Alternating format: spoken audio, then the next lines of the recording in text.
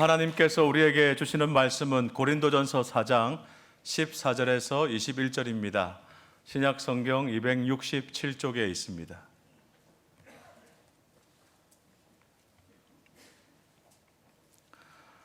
내가 너희를 부끄럽게 하려고 이것을 쓰는 것이 아니라 오직 너희를 내 사랑하는 자녀같이 권하려 하는 것이라.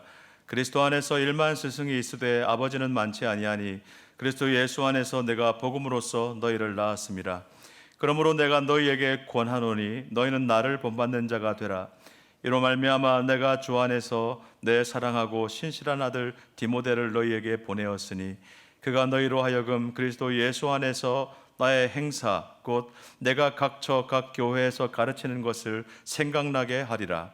어떤 이들은 내가 너희에게 나아가지 아니할 것 같이 스스로 교만하여졌으나 주께서 허락하시면 내가 너희에게 속히 나아가서 교만한 자들의 말이 아니라 오직 그 능력을 알아보겠으니 하나님의 나라는 말에 있지 아니하고 오직 능력에 있음이라. 너희가 무엇을 원하느냐? 내가 매를 가지고 너희에게 나아가랴. 사랑과 온유한 마음으로 나아가랴. 아멘. 6월 말까지 고린도전서 묵상이 계속되고 있습니다. 창세기에서 은혜 받으셨던 우리 향상 성도 여러분, 이 여름에도 말씀 묵상을 통해서 날마다 말씀의 힘과 능력으로 승리하시기를 축복합니다. 고린도전서 귀한 말씀 묵상하시면서 큰 은혜 누리시기를 바랍니다. 13년 전의 일입니다. 10월의 마지막 날 31일 날 새벽에 미국에서 유학 중인 동기 목사님 한 분으로부터 이메일 한 통을 받았습니다. 그해 제가 11월 3일에 담임 목사 위임 받았거든요. 위임식을 며칠 앞둔 저에게 축하한다며 보낸 메일이었는데 그 중에 이런 구절이 있었습니다. 오늘 말씀 묵상하다가 마음에 와닿았던 말씀이 고린도전서 4장 15절입니다. 그리스도 안에서 일만 스승이 있으되 아버지는 많지 아니하니 그리스도 예수 안에서 내가 복음으로써 너희를 낳았음이라. 스승이 아닌 아버지의 마음으로 목회하는 목사님이 되시길 기도하겠습니다. 축하하며 축복하며 보내온 메일이었어요. 이 글을 그 새벽에 읽고 두 가지 생각이 마음에 남았습니다. 첫째, 스승은 많은데 아버지는 적구나. 둘째, 목회에도 두 종류가 있겠구나. 스승의 마음으로 목회하는 것도 참 훌륭할 텐데 아비의 마음으로 목회하는 것을 하나님이 더 원하시겠구나. 중심을 잃지 않고 스승의 마음으로 목회를 잘해도 참 훌륭한 일일 것입니다. 그러나 스승과 아비는 아무래도 다르지 않겠습니까? 하나님은 스승이 아니라 아버지가 되기를 원하시는 것 같습니다. 이 아비의 마음으로 목회하는 것은 어떤 것일까 생각해 보았습니다. 그 새벽에 두 가지 장면이 떠올랐습니다. 첫 번째 장면은 집 나간 둘째 아들을 기다리는 아버지입니다. 여러분 잘 아시듯이 누가복음 15장에 예수님께서 직접 비유로 말씀하신 돌아온 탕자 이야기, 둘째 아들 이야기가 나오죠. 아버지의 유산을 챙겨서 집을 나가버린 불효막심한 둘째 아들. 아버지는 이 둘째 아들이 돌아오기만을 얼마나 기다렸습니까? 그런데 드디어 둘째 아들이 돌아왔습니다. 누가 먼저 알아봅니까? 아버지입니까? 아들입니까? 성경은 아버지가 먼저 알아봤다고 말합니다. 이에 일어나서 아버지께로 돌아가니라. 아직도 거리가 먼데 아버지가 그를 보고 측은히 여겨 달려가 목을 안고 입을 맞추니. 매일 아들 돌아오기만을 기다렸다는 뜻입니다. 아버지는 아들이 집 나가던 그날부터 아들 돌아오기만을 기다렸던 것 같습니다. 눈이 멀도록 말이죠. 그래서 이 누가복음 15장을 묵상하면서 그림을 그렸던 렘브란트라고 하는 네덜란드 화가는 저 아버지의 시선을 아들을 내려다보지 못하고 45도 각도 왼쪽으로, 여러분 보실 때 왼쪽으로 비켜나가는 시선으로 그렸어요. 자세히 보면은 여러분 보실 때 오른쪽 눈도 실명 상태이고 왼쪽 눈도 실명 상태입니다. 아들이 품 안에 있는데 엉뚱한 데를 바라보고 있어요. 렘브란트가 이 본문을 통해서 우리를 그토록 눈이 멀도록 기다리시는 하나님 아버지의 마음을 표현한 것이 아닌가, 저는 그렇게 생각해 보았습니다. 여러분, 예수님의 이 비유에서 중요한 것은 이 둘째 아들을 기다리고 기다린 아버지의 마음이 바로 우리 하나님 아버지의 마음을 보여준다는 것입니다. 아비의 마음으로 목회한다는 것은 바로 이 마음으로 목회하는 것이구나 깨닫게 되었죠. 여러분, 제가 그 새벽에 불렀던 이 찬송을 같이 한번 불러보시겠습니까? 돌아와 돌아와 마음이 고난이여 길이 참 어둡고 매우 험악하니 집을 나간 자여 어서와 돌아와 어서와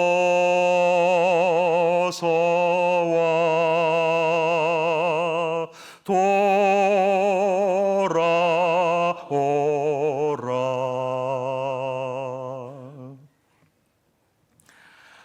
두 번째 장면, 아비의 마음으로 목회한다는 것이 어떤 것일까 떠오르게 되었던 두 번째 장면은 저희 아들이 돌제날 무렵에 서울대 학교 병원 병실에서 끙끙 앓던 모습을 지켜보던 저의 모습입니다.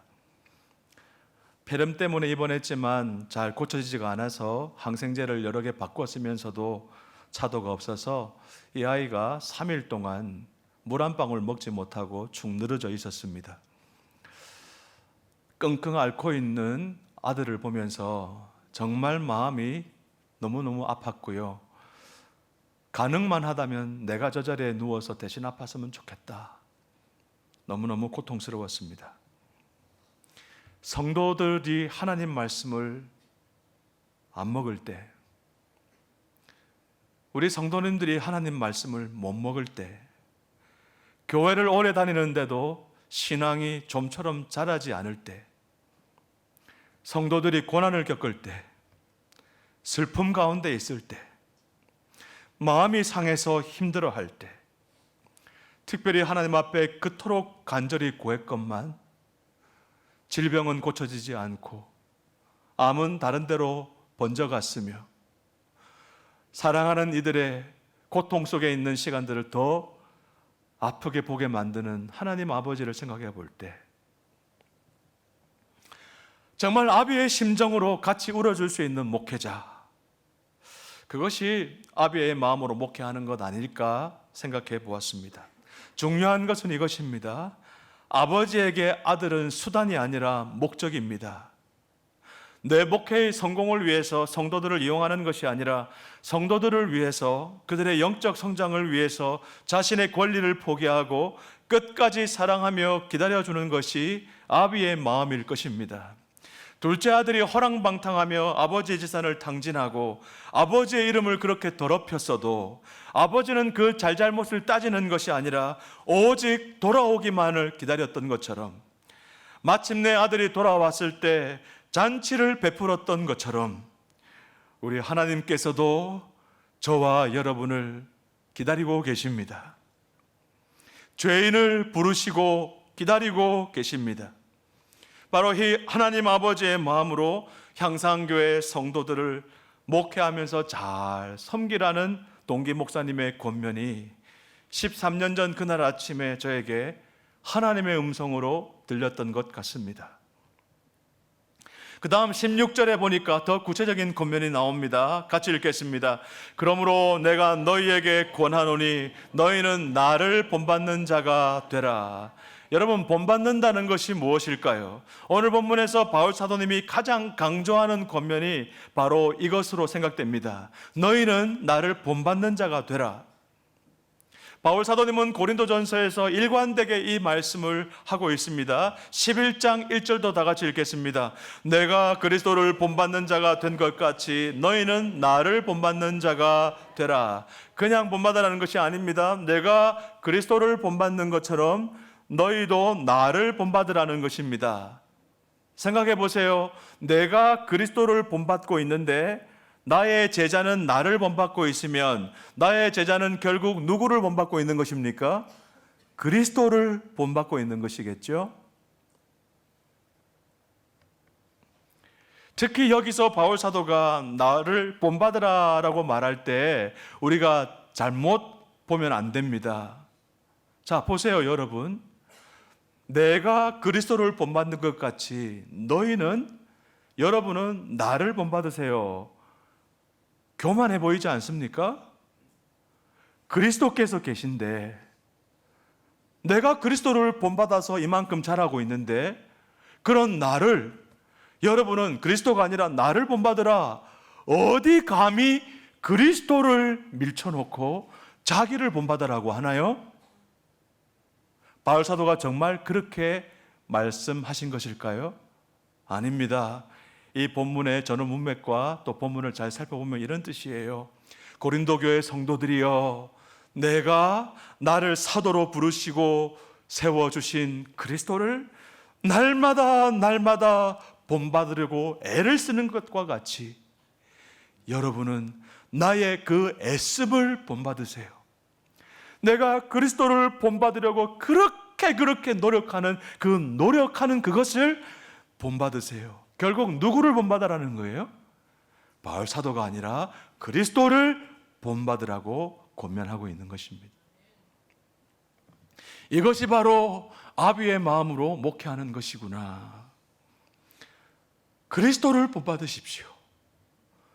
내가 그렇게 애를 쓰고 있는 것처럼 여러분도 예수 그리스도를 바라보시고 예수 그리스도를 본받으십시오.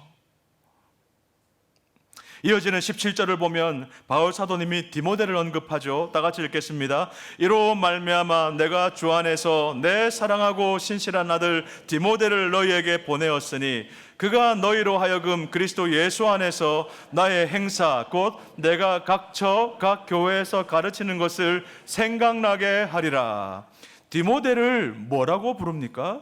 주 안에서 내 사랑하고 신실한 아들이라고 표현하죠.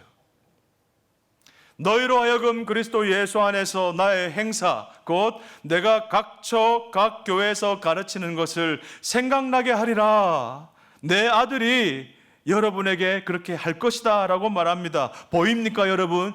디모데에 대한 이 바울의 자신감이 보입니까? 내가 직접 가지 않더라도, 내가 갈 형편이 안 돼서 못 가더라도 디모데가 가면은 너희를 제대로 가르쳐 줄 것입니다.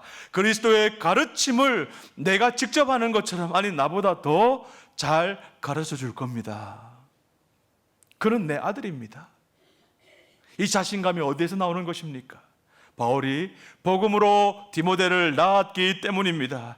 디모데가 복음 안에서 잘 자라서 자기를 쏙 빼닮은 그리스도의 제자, 사도의 제자가 아니라 그리스도의 제자가 되었기 때문입니다. 그래서 고린도 교회에 디모데가 가서 사역하면 잘할 것이라고 확신하는 것입니다. 사랑하는 여러분, 여러분은 지금까지 신앙생활 해오시면서 또 사역하시면서 영적으로 내 아들이라고 부를 만한 사람이 있습니까? 여러분이 복음으로 낳은 자식이 있습니까? 내가 누구인지, 어떤 삶을 살았는지, 내가 어떤 사역을 했는지 그대로 보여주는 그런 제자가 있습니까? 사랑하는 우리 성도님들 모두 복음으로 낳은 아들이 한두 명쯤은 있는 그런 복된 사람들, 성도들 되시기를 주의 이름으로 축복합니다. 영혼을 구원하는 삶, 먼저 제자가 되고 제자를 만들어내는 삶을 회복하게 되시기를 주의 이름으로 축복합니다. 이어지는 19절 20절을 보면 우리가 이런 삶을 살아가는 데 있어서 정말 필요한 것이 무엇인지 바울의 권면이 이어집니다. 다 같이 읽겠습니다. 주께서 허락하시면 내가 너희에게 속히 나아가서 교만한 자들의 말이 아니라 오직 그 능력을 알아보겠으니 하나님의 나라는 말에 있지 아니하고 오직 능력에 있음이라. 하나님의 나라는 어디에 있다고요? 말이 아니라 능력에 있다고요. 여기서 말하는 능력이 뭡니까? 문맥상 병을 고치거나 귀신을 내쫓는 능력, 그런 거 말하는 거 아닙니다. 복음으로 하나님의 자녀를 낳는 능력, 제자를 만들어내는 능력입니다. 이런 점에서 오늘 본문의 핵심은 이렇게 한번 요약해 볼 수 있습니다. 여러분, 저와 함께 지금부터 우리 모두 다 2000년 전에 고린도 교회 성도가 되었다고 생각해 보세요. 2000년 전으로 돌아갔습니다. 바울 사도께서 편지를 보내셨어요. 이 시간 다 함께 사도께서 보내신 편지를 우리가 읽게 되는 겁니다. 들어보십시오. 나는 복음으로 여러분을 낳았습니다. 나에게는 복음의 능력이 있습니다. 그 증거 중에 하나가 여러분에게 사역자로 파송한 디모데입니다. 여러분들은 어떻습니까? 여러분에게도 능력이 있습니까? 여러분에게도 복음의 능력, 하나님의 자녀를 낳는 능력이 있습니까? 여러분이 복음으로 낳은 자녀는 누구입니까? 여러분에게도 디모데와 같은 제자가 있습니까? 하나님의 나라는 말에 있지 않고 능력에 있습니다. 능력에 있습니다. 여러분 명심하세요. 여러분의 교회, 고린도 교회를 섬길 때 말로 섬기지 말고 주의 능력으로 섬기시기 바랍니다. 여러분, 고린도 교회가 참 좋은 교회였지만 얼마나 문제가 많았습니까? 다 주의 나라를 위한다 하면서, 복음을 위한다 하면서도 나는 바울파, 나는 아볼로파, 나는 베드로파, 심지어 나는 그리스도파 하면서 각자의 신앙이 옳다고 얼마나 다른 사람들을 정죄했습니까? 이 말 때문에 얼마나 파당을 짓고 서로 싸웠습니까? 말로 나타나는 은사들, 행동으로 나타나는 여러 종류의 은사들 때문에 교회가 얼마나 어지러웠습니까? 그래서 바울 사도께서 하나님의 나라는 말로 세우는 거 아니다. 주께로부터 나온 능력으로 세우는 것이다. 그리스도를 바라보십시오. 내가 그리스도를 본받는 자가 된 것처럼 여러분도 그런 나의 노력을 본받으십시오. 이렇게 말씀하고 계신 겁니다. 고린도 교회 성도들을 향한 바울 사도의 권면이 오늘 저와 여러분을 향한 우리 하나님 아버지의 권면이자 부탁이라고 생각합니다.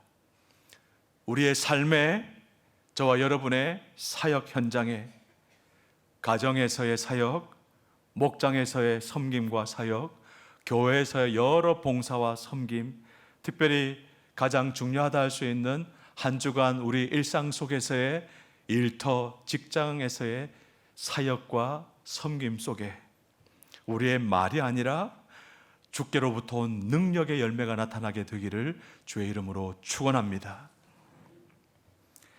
생명에 대해서, 그리스도의 복음에 대해서 말만 잘하는 것이 아니라 생명을 실제로 낳고 기르는 생명의 능력, 모든 사람을 살려내시는 복음의 능력으로 충만하게 되시기를 주의 이름으로 축원합니다.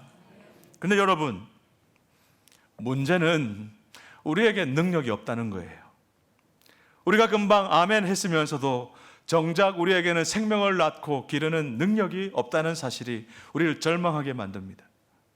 마음으로는 굴뚝같이 원하지만은 우리에게는 영혼을 구원해내는 능력이 없습니다. 다른 사람을 조금 더 사랑해내는 능력이 없습니다. 미운 사람을 용서하는 능력이 없습니다. 억울한 일을 참아내는 능력이 없습니다. 우리가 사랑하는 사람들, 우리가 섬기는 사람들이 고통당하고 있는 크고 작은 문제들을 해결해 줄 수 있는 능력이 우리에게는 없습니다. 그래서 하나님의 나라는 말에 있지 않고 능력에 있습니다. 아멘 하면서도 곧 절망하며 한숨 쉬게 되는 것이 우리들 아닙니까? 어떻게 하면 좋을까요? 여러분 어떻게 하면 좋을까요? J.R. 리스라고 하는 분이 At the Blue Hole이라고 하는 블루 홀에서라고 하는 책을 출판했는데요. 여기에 흥미로운 이야기가 나옵니다. 미국 텍사스주의 샌 안토니오라고 하는 도시가 있는데 그 시내에서 북쪽으로 20분쯤 차를 타고 올라가면은 우거진 숲과 암벽 사이에 둘러싸인 샘물이 나타난다고 합니다. 사람들은 이 샘물을 블루홀이라고 부릅니다. 이 샘에서 시작된 물줄기는 아래로 흘러내리면서 강을 이루고 도시를 관통하면서 수많은 공원과 숲들을 적십니다. 하루에 이르면 이 물은 수백만 명의 사람들에게 생활용수, 상업, 농업용수를 공급할 뿐만 아니라 수영장, 골프장, 병원, 교회, 극장에 이르기까지 풍성한 생명의 물을 공급합니다. 물이 풍족하니까 이 도시에 사람들이 몰려들었고 경제적인 호황도 누립니다. 도시의 영혼이자 생명의 원천처럼 보이는 이 블루홀에는 한 가지 비밀이 있습니다. 사실 블루홀 자체는 물의 진짜 근원이 아니라고 합니다. 이 블루홀 200m 아래에는 눈에 보이지 않는 거대한 지하 호수가 숨겨져 있대요. 사람들은 정작 그 깊은 곳에 있는 지하 호수의 존재는 알지 못한다고 합니다. 그러던 어느 날 지하 호수의 수위가 낮아지자 블루홀의 수위도 함께 낮아졌습니다. 물줄기가 약해지고 흐르지 않자 도시는 메말라가기 시작했고 사람들은 떠나기 시작합니다. 사람들은 이 문제를 해결하기 위해서 많은 돈을 들여 주변을 정비하기 시작했습니다. 블루홀 주변 나무들을 보기 좋게 다듬고 물이 더 잘 흐르도록 대대적인 토목 공사도 했습니다. 다리를 고치고 새롭게 페인트 칠을 하면서 이제 다시 풍성한 물이 흘러내릴 것을 믿었습니다. 그러나 사람들은 물이 마르는 진짜 원인이 지하 호수로부터의 공급이 끊어졌기 때문이라는 사실을 깨닫지 못했습니다. 이 블루홀 이야기는 오늘 말씀을 묵상하는 저와 여러분에게 참 많은 도전을 줍니다. 우리 시대 교회와 목회 현장에 여기 목자 목님들 많이 계시잖아요. 목장 사역에 우리의 신앙생활에 계속해서 크고 작은 어려움이 생기고 근데 그 어려움을 해결하지 못하고 있는 이유가 뭘까요? 한국 교회가 점점 신뢰를 잃고 있는 근본 이유가 무엇이겠습니까? 예배는 몸이 건조하고 기도와 찬양은 형식적이고 다음 세대에게는 신앙이 계승되지 않고 있고 영혼 구원에 대한 열정도 점점 식어가는 이유가 무엇입니까? 프로그램의 문제가 아닙니다. 돈이 없어서가 아닙니다. 사람이 없어서도 아닙니다. 생수의 근원이 말라가고 있기 때문입니다. 한 10년도 더 넘은 일이라고 생각됩니다만은 수요 기도회 때 제가 이 자리에서 수요 기도회 인도를 하고 있었습니다. 열심히 찬양을 부르고 말씀을 전하고 있는데 갑자기 정전이 되어버렸습니다. 정전이 되니까요, 우리 예배당이 반지하이거든요. 지금 이 상태에서 정전이 되니까요, 깜깜해지더라고요. 스크린도 날아가고, 그 다음에 음향이나 모든 게 다 없어졌고, 가장 중요한 마이크가 전원이 없으니까 제가 목소리 좀 크죠? 근데 열심히 더 큰 소리로 설교를 해도 잘 못 알아들으시는 모습이 역력했습니다. 그때 제가 깨달았습니다. 예배를 잘 드려보려고 많은 애를 쓰고 있는데, 기름 부으심이 있는 예배를 위해서 그렇게 애를 쓰고 있는데 정작 전기 한번 나가버리니까 아무것도 아니구나. 우리가 지금 뭐 하고 있나?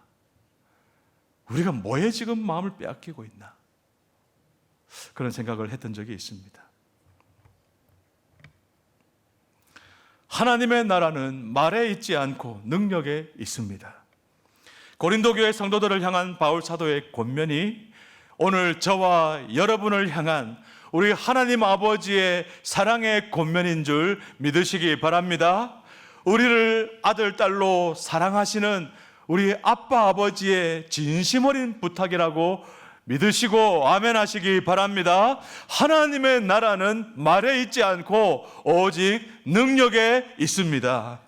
우리의 삶에, 저와 여러분의 사역에, 자녀들을 양육하는 현장에, 우리 목자 목녀님들 목장 목회할 때, 우리 선생님들 자녀들을 말씀으로 양육할 때, 무엇보다도 우리 모두가 또 한 주간 살아가는 일터 속에서 말만 잘하는 사람이 아니라, 무늬만 그리스도인이 아니라, 실천론적 무신론자들이 아니라, 능력이 나타나는, 우리의 훈련된 능력이 아니라 오직 복음의 능력, 예수 그리스도의 생수의 근원 되시는 예수 그리스도로부터 흘러나오는 능력으로 충만해지시기를, 주변 사람들에게 생수를 공급하게 되시기를 주의 이름으로 축복합니다. 예배당 뒤에, 우리 강대상 뒤에 나무 화분이 4그루가 있습니다. 제가 주중에는 이 나무 화분을 옮겨가지고 햇볕을 좀 쬐게 하거든요. 제가 하는 게 아니고 우리 집사님이 해주시는데, 제가 어느 날 이 화분을 이제 번쩍 들어가지고 옮겨야 되겠는데 무겁잖아요. 이런 보시기만 해도 무겁죠. 무거워 보이죠. 그래서 만약에 제 딸이 초등학교 1학년인데 우리 딸하고 이제 불렀어요. 아빠랑 같이 화분을 들고 예배당 밖에 햇볕 잘 드는 마당까지 들고 가자. 500원 줄게. 이렇게 된 거예요. 그러면 여러분이 아빠라면 화분을 어떻게 들겠어요? 자, 공평하게 힘을 잘 배분해야 되니까, 이 화분 너 거기 서고 나 여기 서고, 자 5대5로 딱 잘 들어. 그렇게 들지 말고 이렇게 딱 들어야 돼. 그렇게 하겠습니까? 딸을 사랑하는 아빠가 가운데에서 통으로 다 들고, 딸은 손가락만 얹어도 되도록 그렇게 번쩍 들고, 자 우리 딸 하나 둘 시작 해가지고 영차 들고 나가는 거예요. 밖에 딱 갖다 놓고는, 이야 우리 딸 최고다, 오늘 우리 딸 때문에 아빠가 하나도 안 힘들었네, 수고했다 우리 딸. 이것이 바로 우리 하나님 아버지의 마음입니다. 우리가 안 도와드려도 아무 영향을 받지 않으실 우리 하나님 아버지께서 혼자 하시면 오히려 더 편하실, 속도 편하고 역사도 더 많이 일어날 그런 일들을 저와 여러분 한 사람 한 사람 부르셔서, 이리 오너라, 나랑 같이 이 영혼을 살려내자, 나랑 같이 이 지역을 회복시키자, 나랑 같이 이 선교 현장을 하나님의 생수가 흐르는 땅으로 바꾸자. 아무 쓸모없고 필요 없는 나를 부르셔서, 자 하나 둘 탁 하시고는, 너 때문에 내가 행복하다, 너 때문에 내가 참 수월하다. 이것이 바로 말이 아니라 능력이 나타나는 사역의 현장인 줄 믿습니다. 말씀을 맺습니다. 하나님께서 다 하시면서도 나를 통해 일하기를 원하십니다. 이 하나님 아버지의 마음을 다시 한번 우리의 마음에 새깁시다. 하나님의 나라는 말이 아니라 능력에 있습니다. 이제부터는 말이 아니라 능력으로 살고 사역하게 되시기를. 그래서 우리 자녀들이, 우리 목장 식구들이, 우리 학생들이, 우리 일터에서 만나는 세상 사람들도 내가 그리스도를 본받는 노력 때문에 날마다 아름답게 빚어져가는 모습을 보고, 이들도 생명의 근원 되시는 예수님을 날마다 만나고 예수님의 제자로 자라가게 되는 모습을 보게 되기를 우리 주의 이름으로 축원합니다. 아멘. 다 같이 눈을 감고 기도하시겠습니다. 이 시간 침묵하면서 1분 동안 하나님의 음성을 듣겠습니다. 하나님, 오늘 예배를 통해서, 오늘 말씀을 통해서, 찬양을 통해서 제가 무엇을 새롭게 배우고 결단하기를 원하십니까? 제가 이 시간 꼭 붙잡아야 될, 마음에 심어야 될 하나님의 음성은 무엇입니까?